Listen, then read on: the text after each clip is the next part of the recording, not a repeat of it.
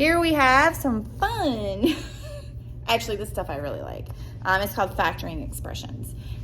So you can factor in and you can factor out. But basically, factoring expressions, okay, is the distributive property. You can do it in reverse. You can do the distributive property. But I'm going to tell you, when you guys get into algebra and you start getting into these in your high school math, they're all about putting things together and taking things apart. I don't know. Sometimes they want to know what the original was, so you got to take it apart to figure out what the original equation was. So if you can kind of master this here in 6th grade, when it's really simple, it'll really help you when you get further on in school. So this is so exciting. This is the stuff I love. I love algebra. So basically, to factor, you kind of got to find things that are in common, and you find factors that are in common. So we learned that the distributive property is multiplication. You have that outlier, okay, that you got to factor in, but you can also factor it out. So that's the distributive property in reverse. So here's an example, and this is a pretty simple one. So I have 3f plus 3g.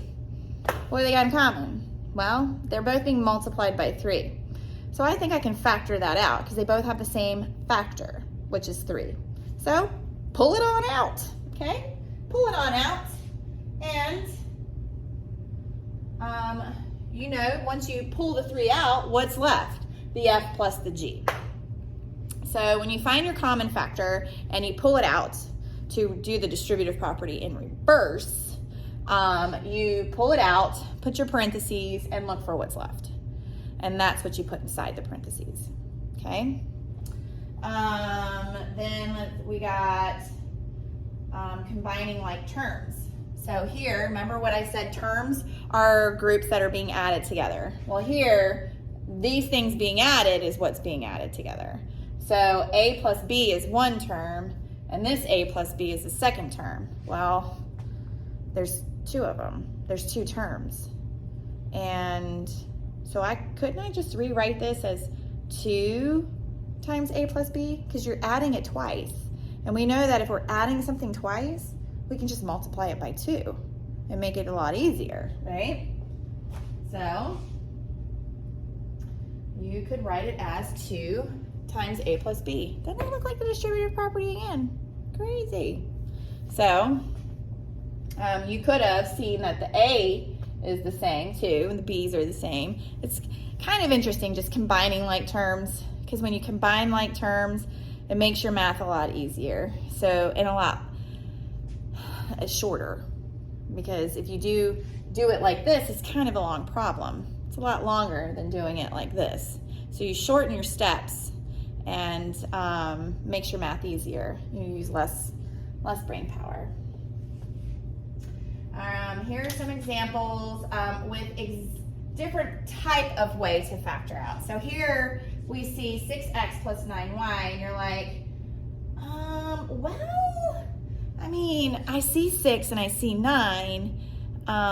They're not exactly the same, but they do have a factor in common. That's that GCF, the greatest common factor. That's why it was so important to learn that in Module 2. So you think to yourself, what is the greatest common factor of 6 and 9? This is easy. The greatest common factor of 6 and 9 is 3. So guess what you can factor out? You can factor out the 3. And then what's left over, okay? So if you factor out the 3, that leaves me with 2, because 3 times 2 is that 6, so that leaves me with 2x. And it leaves me with 3y, because 3 times 3 gives me that 9. So you factor out a common factor. It's like pretending 6 and 9 is a fraction and simplifying it. But you can't, you gotta, that thing that you divided the numerator and denominator, the numerator and the denominator by is what's being factored out. And you have to write that outside. So there are some connections you can kind of make with different types of math that you've done and the similarities between them. So factoring out is kind of like simplifying a fraction.